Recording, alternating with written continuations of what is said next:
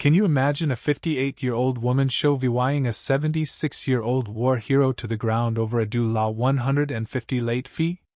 That's exactly what happened to my grandfather, Henry Caldwell, in the manicured hellscape of Willow Creek Estates, California. The sound of his glasses skittering across the pavement still haunts me, along with the sight of blood seeping from his elbow as he lay stunned on his own porch. Standing over him was Evelyn Whitaker, the HOA president, her voice sharp enough to cut glass, screeching about rules like they were the 10 Commandments. This is the story of how her petty tyranny sparked a reckoning she never saw coming, delivered by 100 roaring motorcycles and a community that finally remembered what respect looks like. Henry, my grandpa, was a quiet man, a Vietnam vet with a silver star pinned to his chest for saving 4 men under enemy fire. At 76, he carried the weight of his service with a dignified calm, driving a beat-up 98 Ford pickup and feeding birds in his backyard instead of obsessing over hedge heights. 6 months ago, after my grandma passed, we convinced him to leave Oregon's empty memories for a modest home in Willow Creek, closer to us. The neighborhood was picture-perfect, lawns clipped to military precision, houses painted in approved shades of beige. But beneath the polish lurked an HOA run like a dictatorship, and Evelyn Whitaker was its queen. Late 50s, with silver-streaked hair and red cat-eye glasses that screamed, "I'm in charge." She cruised in a white Lexus SUV, license plate boasting, "Walk Prez." Evelyn didn't just enforce rules, she weaponized them, from curtain colors to the exact minute your trash bin could sit curbside. Grandpa Henry was her polar opposite. He didn't care about Willow Creek's property values or Evelyn's power trips. He just wanted to live quietly, maybe plant a few tomatoes. But trouble found him when a heart condition landed him in the hospital for 3 days. The California heat and stress had triggered an episode, and while he was hooked to monitors, an HOA dues notice slipped through his mail slot, ignored on his empty floor. By the time he got home, weak but recovering, the payment was 4 days late. A warning soon appeared on his door, slapped with a $150 late fee. Henry, ever the peacemaker, called the HOA office, speaking to a kind secretary, Lila, who promised to pass his explanation hospital stay, discharge papers and alto Evelyn. He asked for a fee waiver, promising to pay the dues by week's end. What did he get? A second notice, threatening legal action within 48 hours, signed with Evelyn's pompous flourish. Henry wasn't one to fight, so he scraped together the money, late fee included, stretching his fixed income to the limit. He planned to deliver it to the HOA office the next morning. But that evening, as the sky burned orange, a sharp knock rattled his door. Cane in hand, Henry shuffled to answer. There stood Evelyn, arms crossed, flanked by 2 board members, timid Greg and jittery Susan, like bodyguards. "Mr. Caldwell," she snapped, skipping any pretense of civility. "I hear you think you're above the rules." Henry, polite to a fault, invited them in. "No, ma'am, I was in the hospital. I've got the payment ready for tomorrow, late fee and all." Evelyn strode into his simple levying room, her eyes scanning like a hawk. Greg and Susan hovered by the door, looking like they'd rather be anywhere else. "The rules aren't optional, Mr. Caldwell," Evelyn said, her tone dripping with condescension. "Your situation doesn't change your contract." She made his heart scare sound like a weekend getaway. Henry leaned on his cane, steady but tired. "I understand, ma'am. The payment's ready." Then Evelyn pounced, pulling out her phone to flash a spreadsheet of the violations. "Your trash bin lingered last month. Your Christmas lights were 6 inches too big.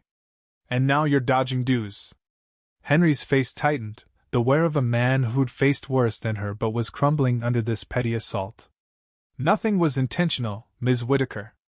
I've fixed every issue you've raised." Evelyn wasn't done. "The board's considering further action. Willow Creek's value depends on compliance." Henry, exhausted from his hospital stay, suggested they talk tomorrow after he delivered the payment. "I'm still recovering," he said, touching his chest. "I need rest." That's when Evelyn lost it. Maybe it was his calm defiance, maybe it was her bruised ego, but her face twisted with fury. Do you think I'm here for fun, chasing deadbeats? Your excuses don't protect our property values. Henry raised a hand, soft but firm. I'll pay. Please, I need to rest. He started closing the door. What happened next was caught on a neighbor's doorbell camera, clear as day. Evelyn shoved the door back open, hard. Henry, unsteady without his cane's full support, stumbled. She stepped into the entryway, shouting, You don't dismiss me like some peddler! I'm the president! Greg and Susan froze, useless. Henry backed onto the porch, pleading, Ms. Whitaker, this isn't right. Then Evelyn grabbed his cane, maybe to move it, maybe to yank it away. It didn't matter. Henry's balance collapsed. He fell sideways, hitting the concrete with a sickening thud. His glasses flew, scraping the pavement. Blood welled from a gash on his elbow, staining his torn shirt. For a moment, everything stopped. Henry lay dazed, Evelyn looming over him, cane in hand, her rage melting into shock. Then she said it, words that would haunt her. Maybe now you'll respect the rules. Susan gasped, finally moving to help Henry, while Greg fumbled with his phone. Evelyn, sensing witnesses, backpedaled. He tripped. I was explaining the dues. Henry said nothing, his face a mix of pain and shame, a proud man humiliated on his own doorstep. Across the street, Mrs. Larson, a retired nurse with a fierce streak, saw it all from her window. She called me, voice shaking. That witch pushed your grandpa, Ethan. He's bleeding. I've called the cops, but you need to get here. I was wiring a security system at a shop when my phone buzzed. Ice hit my veins. I called my dad, Luke. Code red.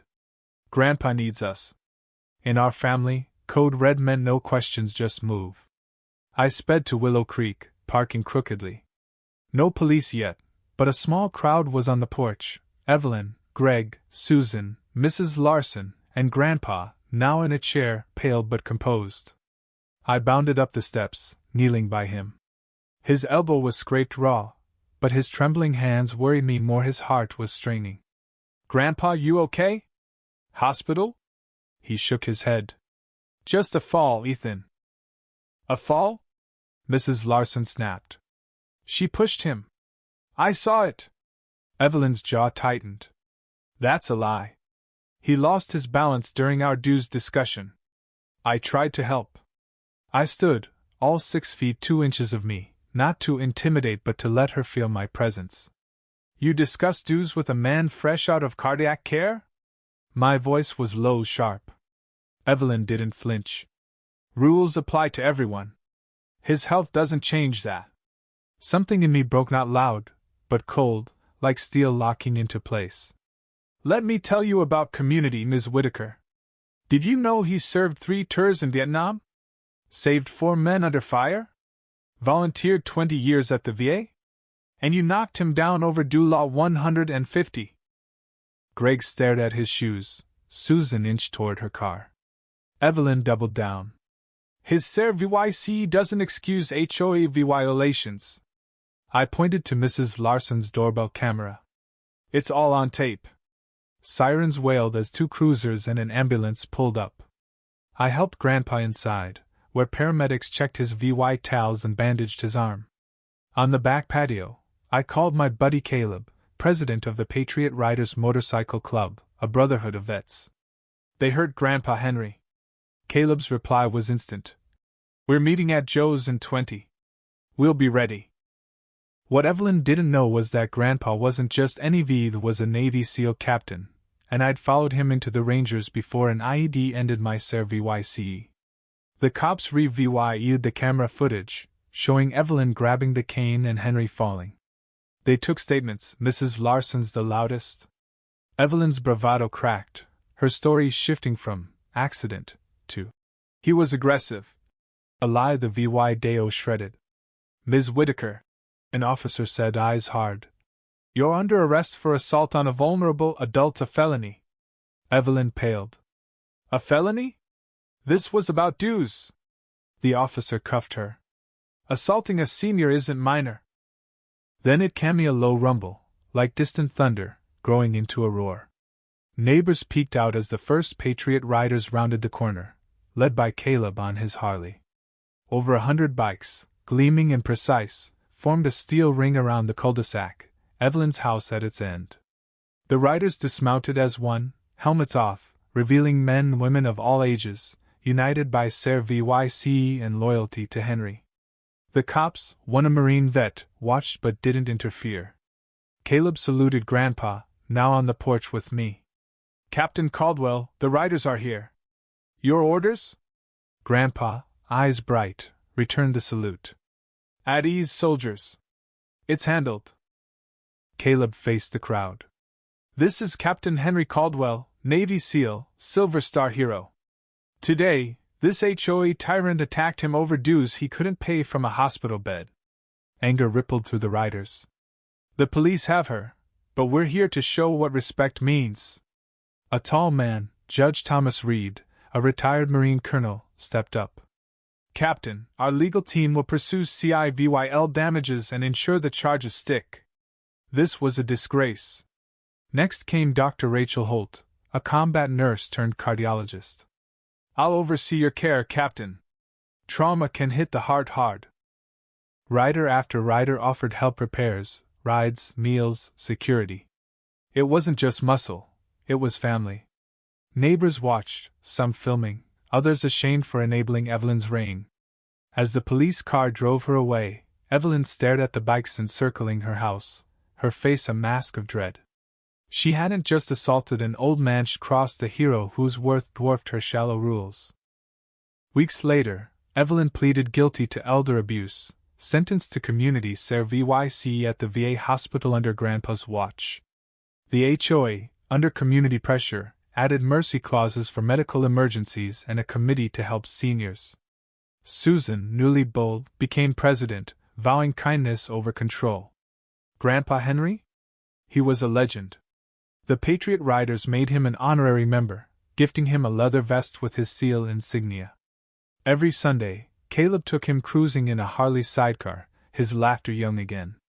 The Riders paid his dues for 5 years, matching the sum with a VA donation for PTSD programs. 6 months on, Grandpa and I sat on his patio, the sunset glowing. "Ethan," he said, "Vietnam taught me a community's strength is how it guards its weakest. I thought Willow Creek forgot that." He nodded at new American flags on neighbors' porches. "But people just need a reminder." I raised my glass. "To never messing with a SEAL and his biker family." Grandpa grinned. "Hoo-yah, son! Hoo-yah!"